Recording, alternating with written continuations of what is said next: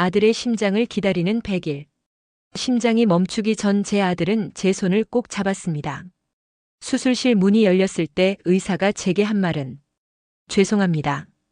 이 심장은 당신 아들 것이 아닙니다. 그 순간 저는 무너졌습니다. 100일을 기다렸는데 하지만 이 이야기에는 더 큰 반전이 숨어 있었습니다.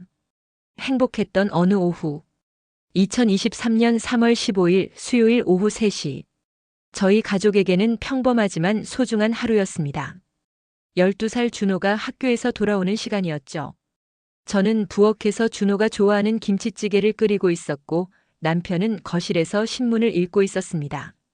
엄마, 다녀왔어요. 준호의 밝은 목소리가 현관에서 들려왔습니다.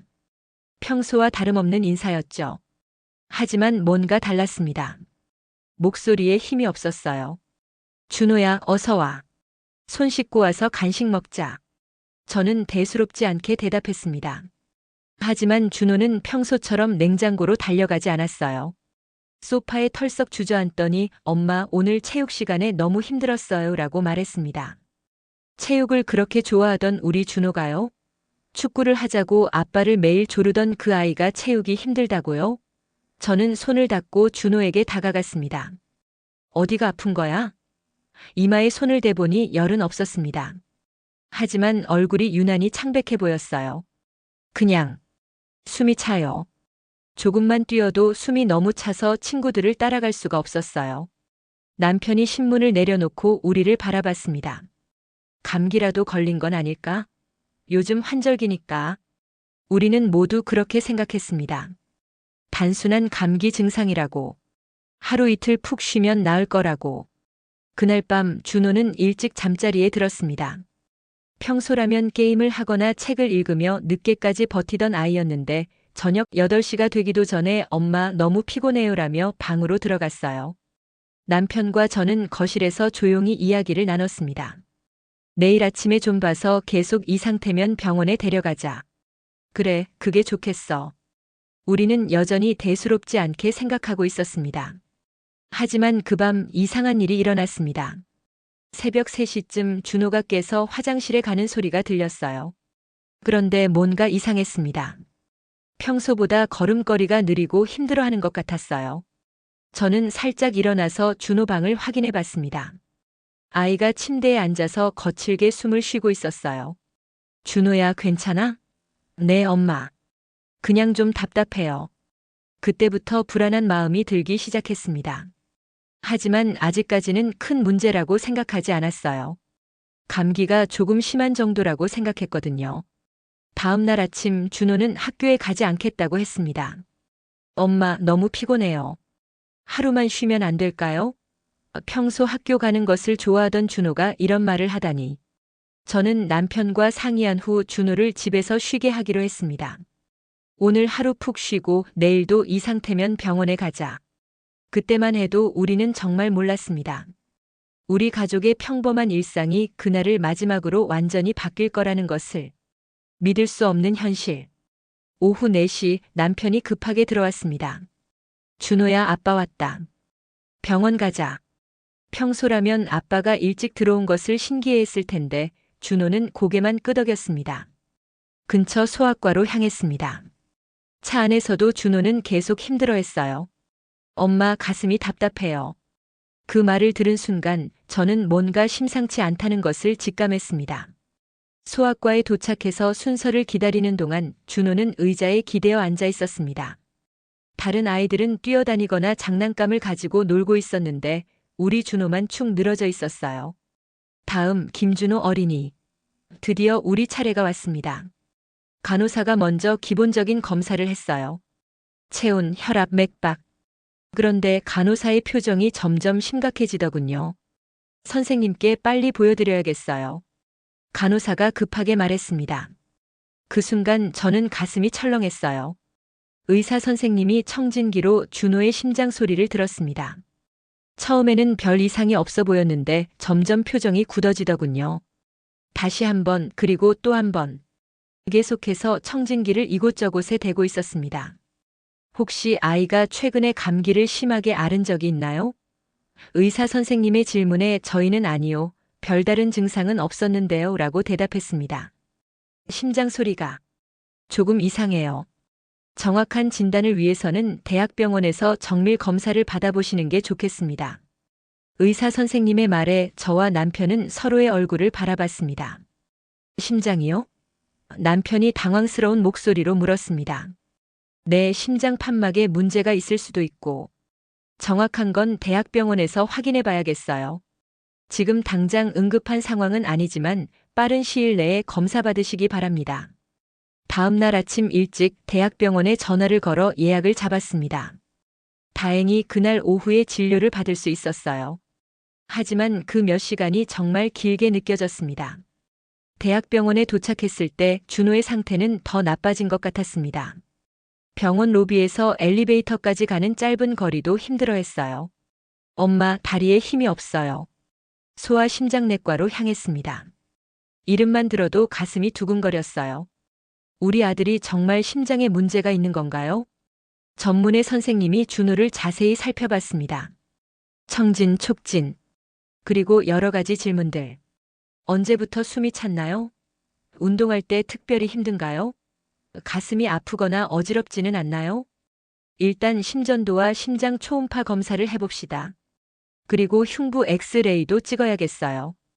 의사 선생님의 말에 저희는 고개를 끄덕였습니다. 모든 검사가 끝난 후 다시 진료실로 돌아왔습니다. 결과를 기다리는 30분이 정말 길었어요. 준호는 제 무릎에 기대어 잠깐 눈을 붙이고 있었고 저는 천장만 바라보며 온갖 생각을 했습니다. 검사 결과가 나왔습니다. 의사 선생님이 심각한 표정으로 말씀하셨습니다. 그 순간 저는 세상이 멈춘 것 같았어요.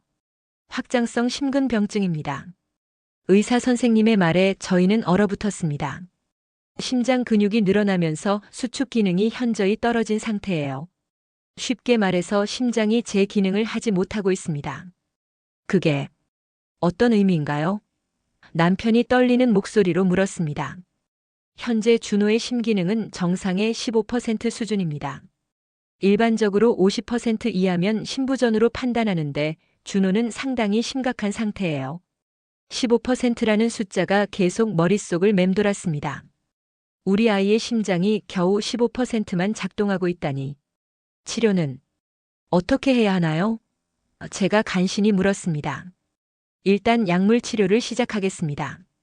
하지만 의사 선생님이 잠시 말을 멈췄어요. 솔직히 말씀드리면 이 정도 상태에서는 약물 치료만으로는 한계가 있습니다. 그럼 어떻게 해야 하나요? 심장 이식을 고려해야 할 수도 있습니다.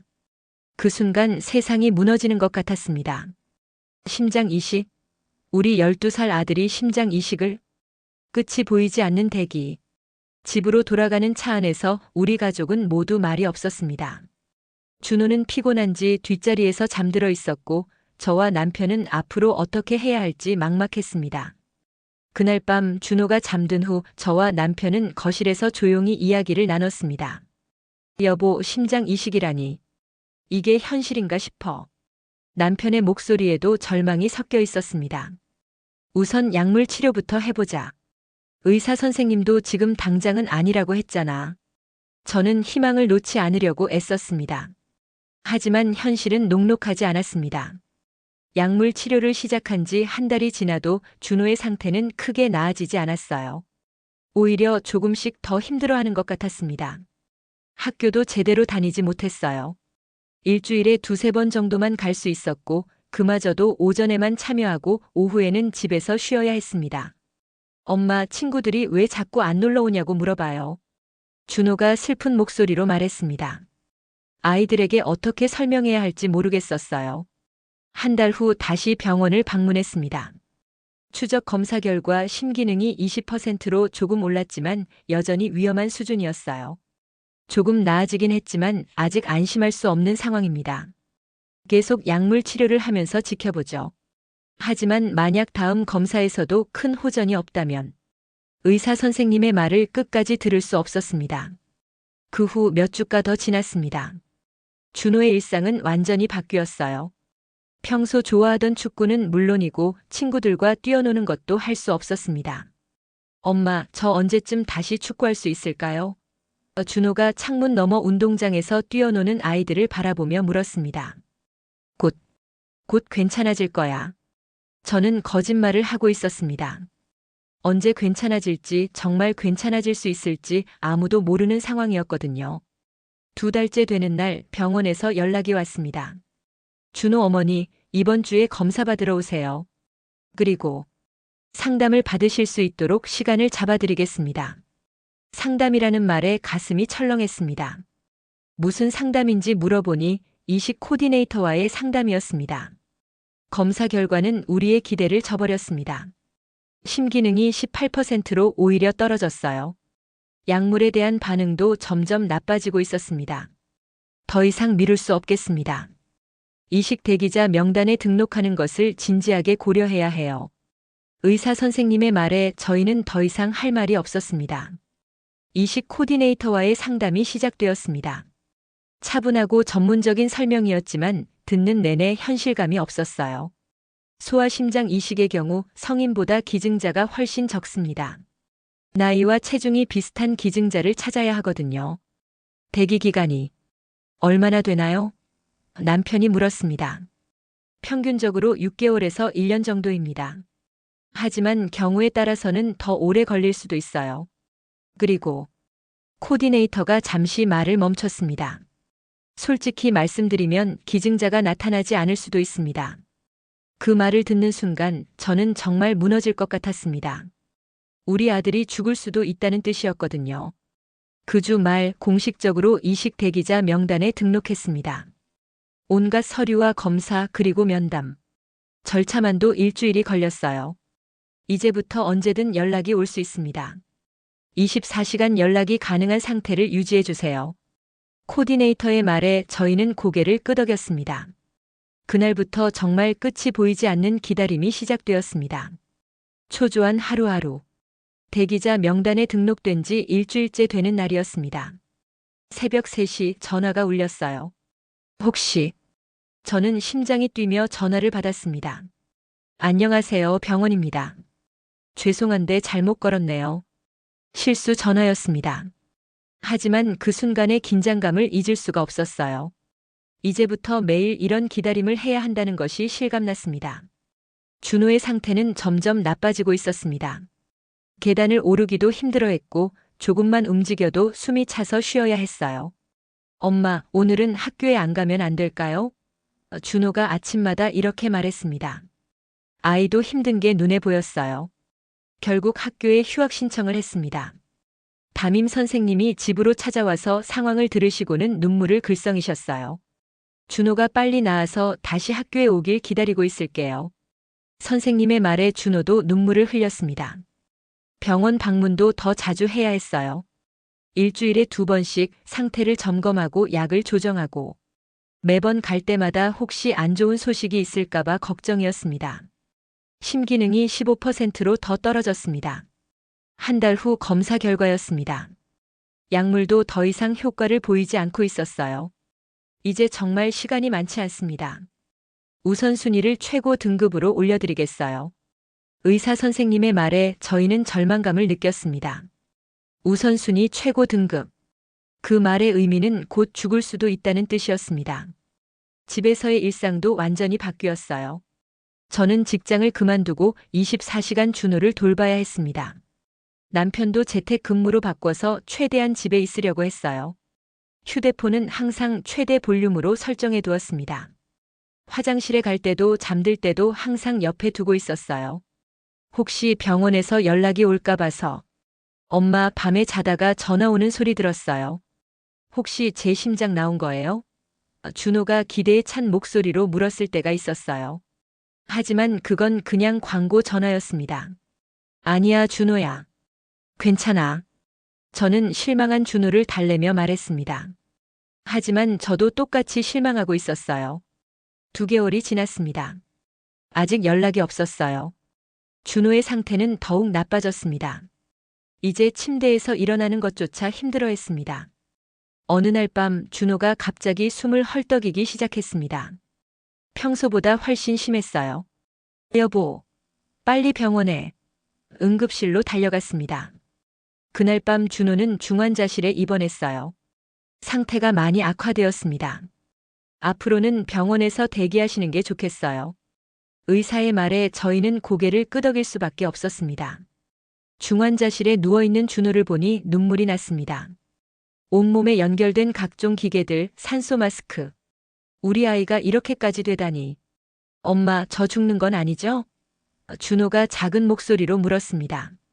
아니야. 절대 그런 일 없어. 곧 새로운 심장이 나타날 거야. 저는 울음을 참으며 대답했습니다. 중환자실 생활이 시작되었습니다. 면회 시간에만 들어갈 수 있었고 그마저도 한 번에 한 명씩만 가능했어요.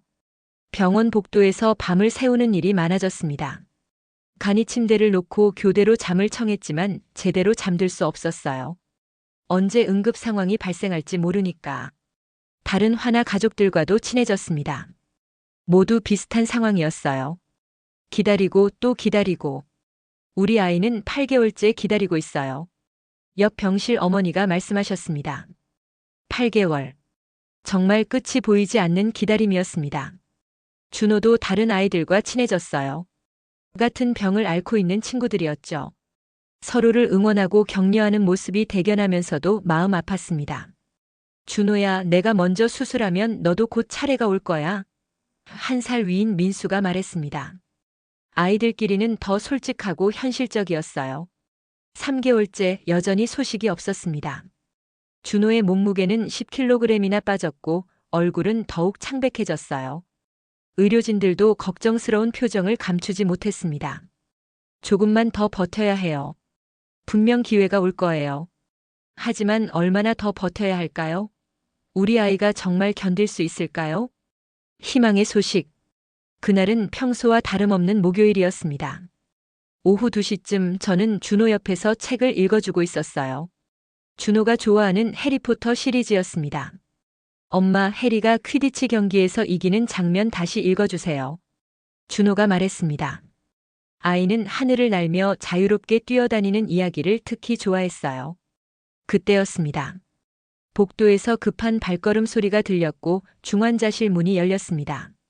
준호 어머니, 코디네이터 선생님이 숨을 헐떡이며 나타났어요. 평소와는 다른 긴급한 표정이었습니다. 제 심장이 멈춰선 듯 했습니다. 혹시 기증자가 나타났습니다. 그 순간 세상이 멈춘 것 같았어요. 정말로 멈춘 것 같았습니다. 3개월 동안 기다렸던 그 소식. 드디어 온 거예요. 정말인가요? 제 목소리가 떨렸습니다. 네, 조건이 완벽하게 맞습니다. 13세 남아 체중도 준호와 비슷하고 지금 기증자 수술이 진행 중이에요. 준호도 상황을 이해했는지 눈을 크게 떴습니다. 엄마, 드디어 제 차례인가요? 그래, 준호야. 드디어야. 저는 눈물을 흘리며 준호를 꼭 안았습니다. 하지만 기쁨도 잠시. 코디네이터의 다음 말이 저희를 긴장시켰어요. 지금부터 6시간 안에 수술이 시작됩니다. 준비해주세요. 그리고 잠시 말을 멈추더니 기증자 적출 수술이 성공적으로 끝나야 확정됩니다. 아, 그렇죠. 아직 확정된 게 아니었어요. 기증자의 수술이 성공해야만 준호가 심장을 받을 수 있는 거였습니다. 의료진들이 바쁘게 움직이기 시작했습니다. 준호를 수술 준비를 위해 다른 병실로 옮겼고 각종 검사들이 다시 시작되었어요. 아빠한테 연락해야지. 저는 떨리는 손으로 남편에게 전화를 걸었습니다. 여보, 드디어 연락 왔어. 정말이야? 남편의 목소리에서도 기쁨과 동시에 떨림이 느껴졌어요. 지금 당장 와. 6시간 안에 수술이 시작돼. 30분 후 남편이 헐레벌떡 달려왔습니다. 우리 가족은 서로 꼭 안으며 눈물을 흘렸어요.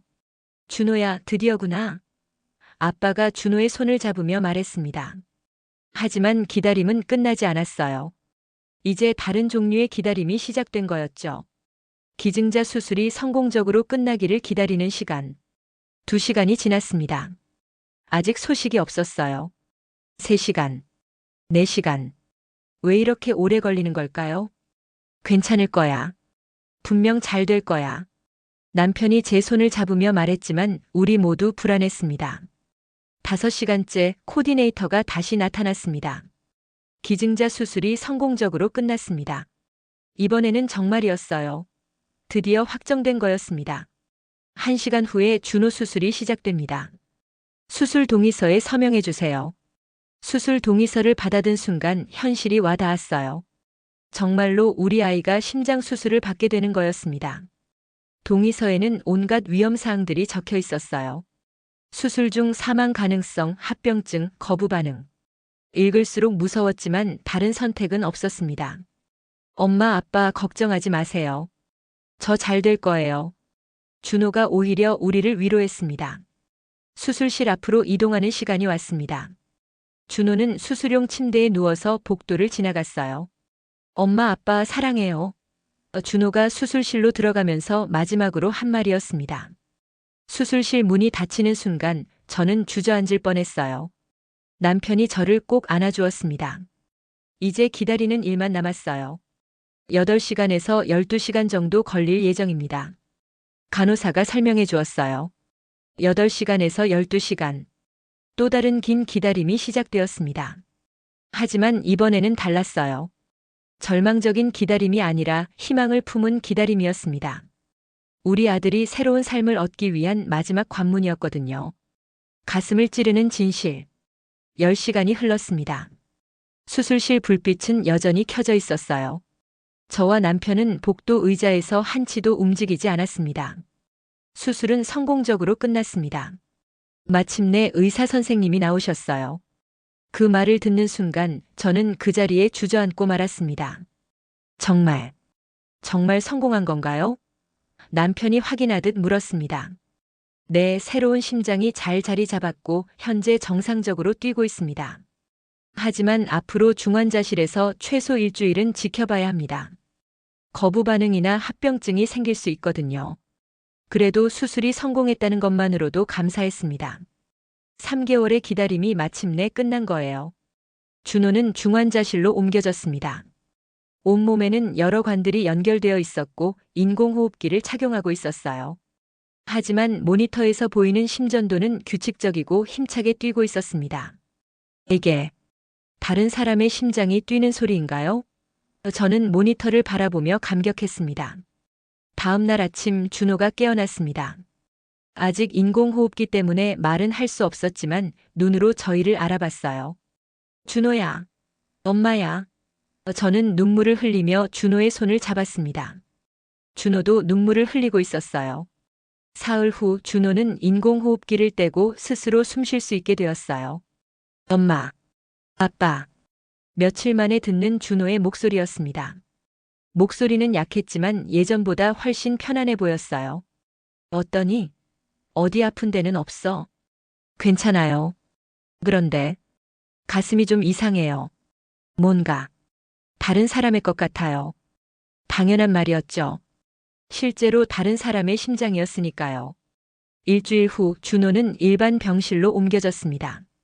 상태가 계속 좋아지고 있었어요. 거부 반응도 없었고 모든 수치가 정상이었습니다. 2주가 지났을 때 의사 선생님이 좋은 소식을 전해주었어요. 퇴원 준비를 하셔도 될 것 같아요. 집에서 조심스럽게 생활하면서 정기적으로 검진만 받으면 됩니다. 퇴원. 정말 오랜만에 듣는 말이었어요. 4개월 만에 집으로 돌아갈 수 있게 된 거였습니다. 하지만 퇴원 전날 코디네이터 선생님이 저희를 따로 불러서 이야기를 하고 싶다고 했어요. 무슨 일인가요? 혹시 문제가 있는 건가요? 저는 불안한 마음으로 물었습니다. 아니에요. 그런 건 아니고 기증자 가족에 관한 이야기를 드리려고 해요. 기증자 가족. 그동안 준호의 수술과 회복에만 집중하느라 생각하지 못했던 부분이었어요. 사실 기증자 가족이 편지를 보내왔어요. 전달해드려도 될지 물어보시더라고요. 편지요? 누군가의 아들을 잃은 가족이 저희에게 편지를 보냈다는 건가요? 어떤 내용인가요? 직접 읽어보시는 게 좋을 것 같아요. 하지만 미리 말씀드리는 건 마음의 준비를 하시라는 의미예요. 마음의 준비? 무슨 의미일까요? 코디네이터가 봉투를 건네주었어요. 봉투에는 준호와 가족분들께라고 정성스럽게 쓰여 있었습니다. 떨리는 손으로 편지를 열어봤습니다. 준호야, 그리고 가족분들께 안녕하세요. 저는 여러분에게 심장을 기증한 민수의 어머니입니다. 이 편지를 쓰는 것이 쉽지 않네요. 하지만 꼭 전하고 싶은 이야기가 있어서 용기를 내봅니다. 우리 민수는 13살이었어요. 준호와 같은 나이였죠. 축구를 정말 좋아하는 아이였어요. 편지를 읽는 내내 눈물이 멈추지 않았습니다.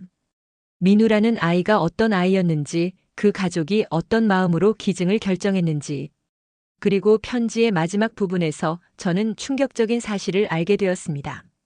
사실 민우도 같은 병원에서 치료를 받고 있었어요. 심장병이었거든요. 그런데 갑작스런 사고로. 같은 병원에서? 그럼 혹시 민우가 우리와 같은 병동에 있었던 건가요? 제가 떨리는 목소리로 물었습니다. 코디네이터가 고개를 끄덕였어요. 네. 4층 병동에 있었어요. 4층. 우리가 있던 바로 그 병동이었습니다. 순간 기억이 떠올랐어요. 준호와 친하게 지내던 민수라는 아이가 있었는데, 설마 그 아이가? 민수였나요? 네, 맞아요. 세상이 멈춘 것 같았습니다. 준호와 친하게 지내던 그 아이. 서로를 응원하고 격려하던 그 아이가.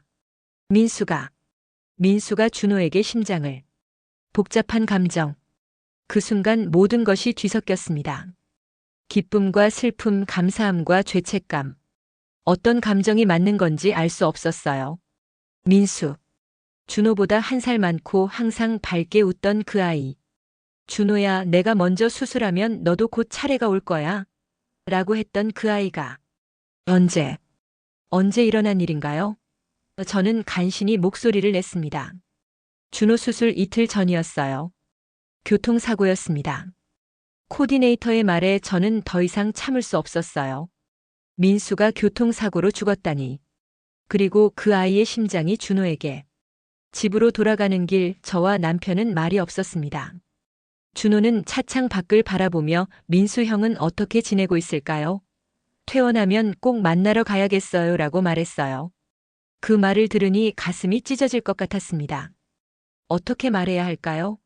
내가 살아있는 것은 민수 형이 죽었기 때문이라고 어떻게 말할 수 있을까요? 집에 도착한 후 준호는 자신의 방에서 휴식을 취했습니다. 저와 남편은 거실에서 심각한 대화를 나눴어요.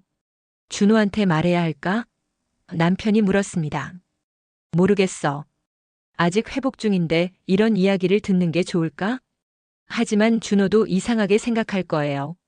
민수를 만나러 가고 싶다고 할 텐데 계속 핑계를 댈 수도 없잖아요. 며칠 후 준호가 다시 민수 이야기를 꺼냈어요. 엄마, 민수 형한테 안부 전화라도 드려보면 안 될까요? 제가 퇴원했다고 알려드리고 싶어요. 더 이상 미룰 수 없었습니다. 준호에게 진실을 말해야 할 때가 온 것 같았어요. 준호야, 엄마가 할 이야기가 있어. 네? 민수에 관한 이야기야. 앉아봐. 준호가 소파에 앉았습니다. 저는 어떻게 시작해야 할지 몰라 한참을 망설였어요. 준호야, 민수가 하늘나라로 갔어. 네? 무슨 말씀이세요? 교통사고가 있었어. 그리고 말이 나오지 않았습니다. 어떻게 이런 잔인한 이야기를 할 수 있을까요? 그리고 민수 형이 준호에게 심장을 주었어. 준호의 얼굴에서 혈색이 사라졌습니다. 한참 동안 아무 말도 하지 않더니 갑자기 자신의 가슴에 손을 댔어요. 이게 민수 형의 심장이에요? 그래. 준호가 울기 시작했습니다. 목 놓아 울었어요. 저도 남편도 함께 울었습니다. 제가 살아있는 건 민수 형이 죽어서인가요? 아니야, 준호야. 그렇게 생각하면 안 돼. 민수도 준호가 살았으면 좋겠다고 했을 거야. 하지만 준호는 며칠 동안 많이 힘들어했어요. 밥도 제대로 먹지 않고 계속 민수 생각만 하고 있었습니다. 엄마, 제가 이렇게 살아도 되는 건가요? 민수 형 대신에 제가 죽어야 하는 건 아니었나요? 준호야, 그런 소리 하면 안 돼. 민수도 준호가 이렇게 생각하면 슬플 거야. 일주일 후 준호가 민우 어머니의 편지를 다시 읽고 싶다고 했어요. 편지를 읽고 난 후 준호가 말했습니다. 엄마, 민수 어머니한테 편지를 쓰고 싶어요. 정말? 네. 감사하다고 그리고 민수 형을 잊지 않겠다고 말씀드리고 싶어요. 수술 전날 밤. 아니, 잠깐요. 제가 이야기 순서를 잘못했네요. 다시 정리해 드리겠습니다. 사실 수술 전날 밤에 이야기를 빼먹었어요. 그날 밤이야말로 저희 가족에게는 가장 길고도 짧았던 시간이었거든요. 수술 확정 통보를 받은 그날, 준호는 수술 전 마지막 밤을 보내야 했습니다. 내일이면 가슴을 열고 심장을 바꾸는 큰 수술을 받게 되는 거였죠. 엄마, 저 무서워요. 준호가 작은 목소리로 말했습니다. 그동안 용감하게 버텨왔던 우리 아들이었지만 역시 12살 아이였어요. 괜찮아, 준호야. 엄마, 아빠가 옆에 있을게. 하지만 솔직히 저희 부부도 무서웠습니다. 8시간에서 12시간이나 걸리는 큰 수술. 게다가 심장 수술이었잖아요. 그날 밤 준호는 좀처럼 잠들지 못했습니다. 계속 뒤척이면서 중환자실 천장만 바라봤어요. 엄마, 만약에 수술이 잘 안 되면 어떻게 해요? 그런 생각하지 마. 분명 잘 될 거야. 의사 선생님들도 최고의 팀이잖아. 그래도 만약에 말이에요. 준호의 말에 저는 할 말이 없었습니다. 물론 위험한 수술이었으니까요. 새벽 2시쯤 준호가 갑자기 일어나더니 제 손을 잡았어요. 엄마, 편지를 써줄 수 있어요? 편지? 아빠한테 그리고 할머니, 할아버지한테. 만약에 제가. 준호야. 그런 소리 하지 마. 하지만 준호의 눈에는 진지함이 담겨 있었어요. 아이 나름대로 모든 상황을 이해하고 있었던 거죠. 아니에요, 엄마. 그냥 말하고 싶은 게 있어요.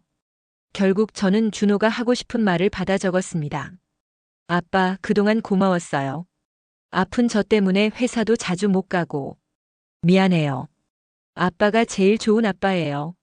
할머니, 할아버지, 손자가 아파서 걱정 많이 끼쳐드려서 죄송해요. 할머니가 해주신 미역국이 제일 맛있었어요. 마지막으로 저에게 하는 말이었어요. 엄마, 세상에서 제일 좋은 엄마예요. 저 때문에 직장도 그만두고. 정말 고마워요.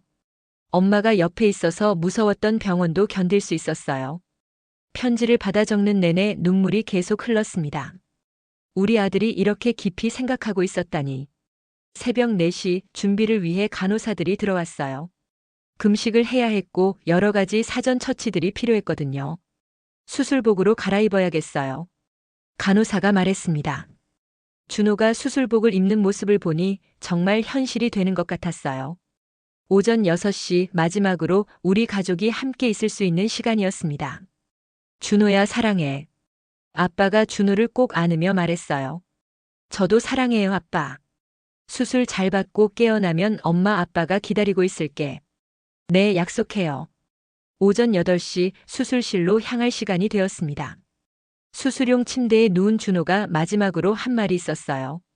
엄마, 아빠, 제가 새로운 심장을 받으면 더 건강해져서 축구도 하고 친구들이랑 놀 수 있을까요? 물론이야, 준호야. 분명 그렇게 될 거야. 그것이 수술 전 준호와 나눈 마지막 대화였습니다. 수술의 순간. 새벽 4시 수술실 앞 복도는 차가운 형광등 불빛만이 흐르고 있었습니다. 저는 플라스틱 의자에 앉아 손목시계를 바라보고 있었죠. 똑딱똑딱. 시계 소리가 유독 크게 들렸어요. 보호자분, 지금부터 심장이식 수술에 들어갑니다. 예상 시간은 8시간에서 10시간 정도 될 것 같습니다.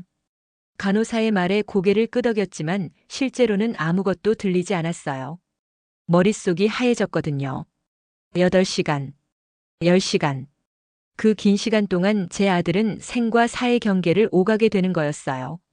수술실 문이 닫히자마자 저는 복도 끝 창문으로 걸어갔습니다. 밖은 여전히 어두웠지만 저 멀리 동쪽 하늘에 희미한 빛이 스며들고 있었어요. 새로운 하루가 시작되고 있었죠. 제 아들에게도 새로운 인생이 시작되기를 간절히 바라며요. 첫 1시간은 그냥 서 있었어요. 움직일 수가 없었거든요. 다리에 힘이 하나도 들어가지 않았고 손은 계속 떨리고 가끔 간호사들이 지나가며 걱정스러운 눈빛으로 저를 바라봤지만 저는 그저 창밖만 바라보고 있었어요. 두 번째 시간이 지나갈 무렵 저는 주머니에서 아들의 어릴 적 사진을 꺼냈습니다. 5살 때 찍은 사진이었어요. 놀이공원에서 회전목마를 타고 환하게 웃고 있는 모습. 그때는 이렇게 큰 병에 걸릴 거라고는 꿈에도 몰랐죠. 엄마, 나 언제 집에 갈 수 있어? 어젯밤 아들이 했던 말이 계속 귓가에 맴돌았어요. 저는 그때 수술만 하면 금방 집에 갈 수 있어라고 대답했는데 사실은 저도 확신이 없었거든요.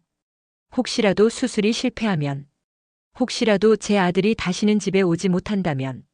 세 번째 시간 제 손에는 찬 커피 한 잔이 들려 있었어요. 언제 사온 건지도 기억이 안 났어요. 그냥 누군가가 건네준 것 같기도 하고. 하지만 한 모금도 마시지 못했어요. 목구멍에 뭔가 걸린 것 같아서요. 네 번째 시간 복도에 다른 가족들이 하나둘 나타나기 시작했어요. 오늘 수술 예정인 다른 환자들의 보호자들이었죠. 모두들 저와 똑같은 표정을 하고 있었어요. 걱정과 두려움이 뒤섞인 얼굴들. 우리는 서로 말을 걸지 않았지만 무언의 동질감을 느끼고 있었어요. 5번째 시간이 되자 저는 처음으로 화장실에 갔어요. 거울에 비친 제 모습은 완전히 낡아 보였어요. 눈 밑에 짙은 다크서클이 생겼고 머리카락은 엉망이었고 마치 10년은 늙어 보였어요. 하지만 그런 것도 중요하지 않았어요.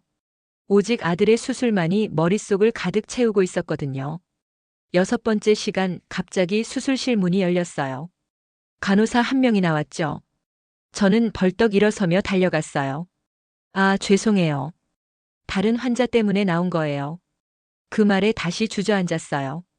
가슴이 쿵쾅거렸어요. 이런 식으로 몇 번을 더 놀랄지 모르겠다는 생각이 들었죠. 7번째 시간 제 옆에 앉아 계시던 할아버지 한 분이 말을 걸어오셨어요. 손자 수술인가요? 아들이요. 그렇군요. 저도 손자 수술 기다리고 있어요. 백혈병이래요. 우리는 그 후로 계속 이야기를 나눴어요.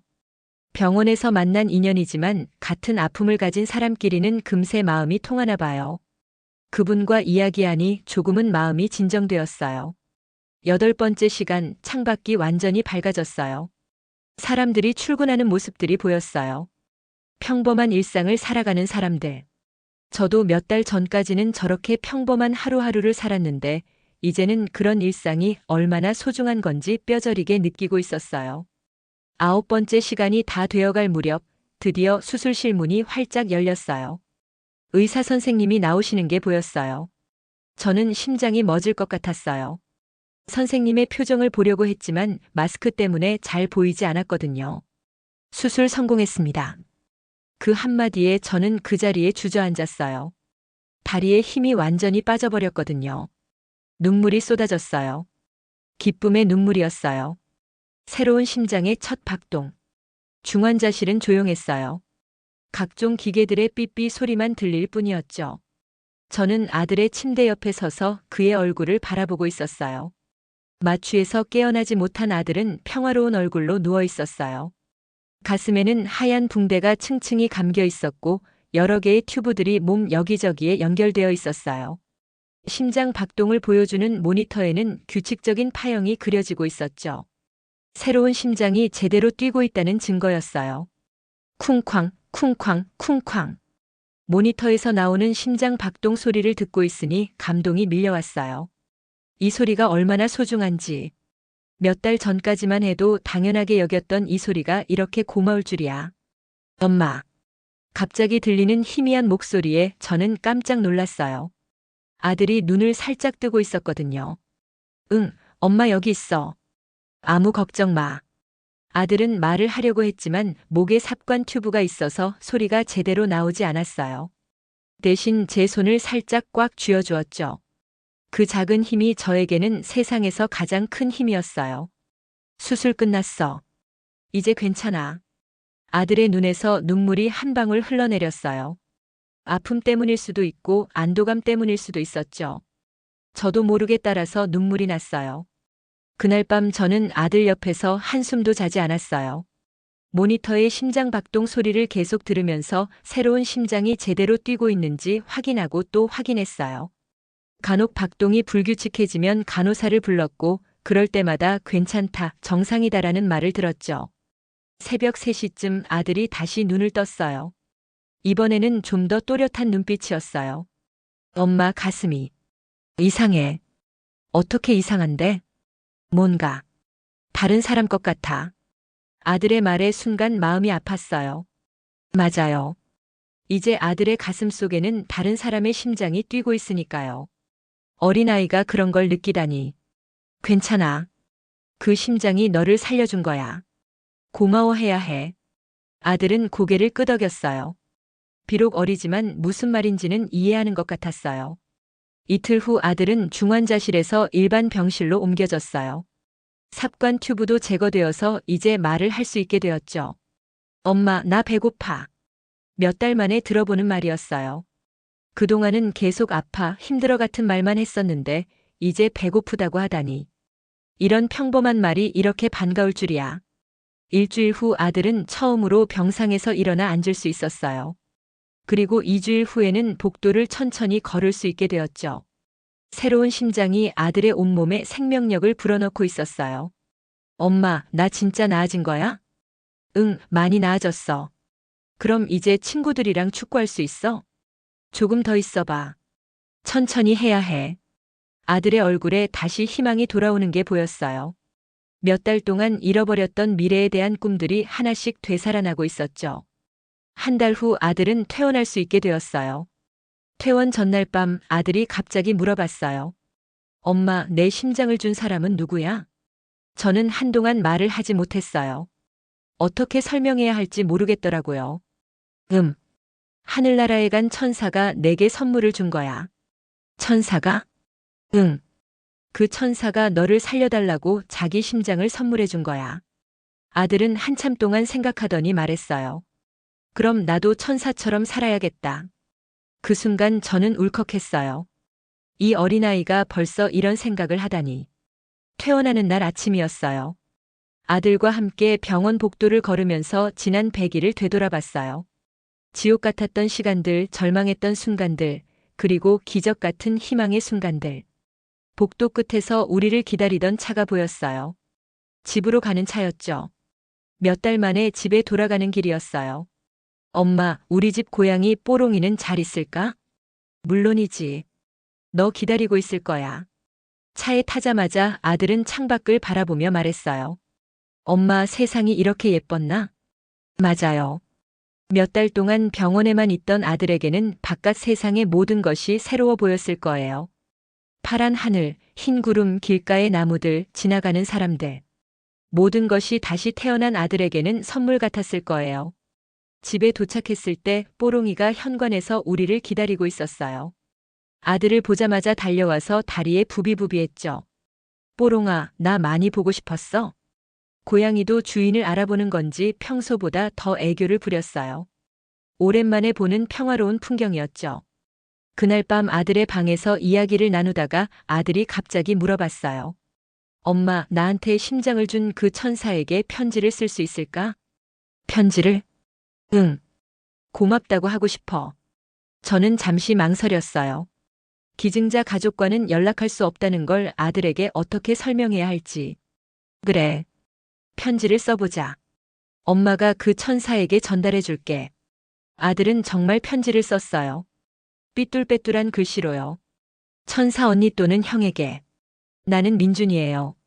언니가 준 심장 덕분에 나 살았어요. 정말 고마워요.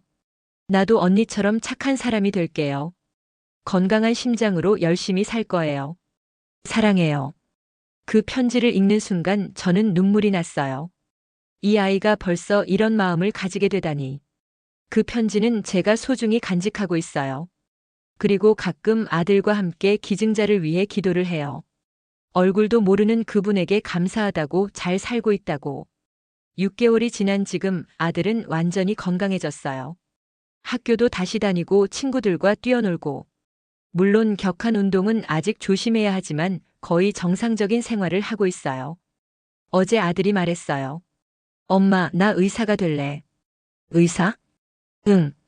나처럼 아픈 아이들을 고쳐주는 의사. 그 말을 들으며 저는 깨달았어요.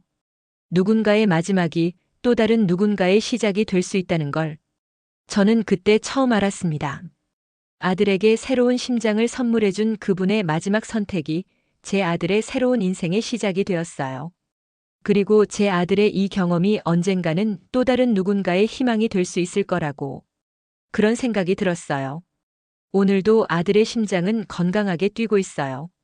그 소리를 들을 때마다 저는 기도해요. 이 새로운 심장이 오래오래 건강하게 뛸 수 있기를, 그리고 이 심장을 받은 아들이 그 소중함을 잊지 않고 의미 있는 인생을 살 수 있기를. 그리고 언젠가 누군가 저희처럼 힘든 상황에 놓인다면 저희가 받은 이 사랑을 다시 나누어 줄 수 있기를. 그것이 생명을 나눈 그분에게 보답하는 길이라고 믿어요.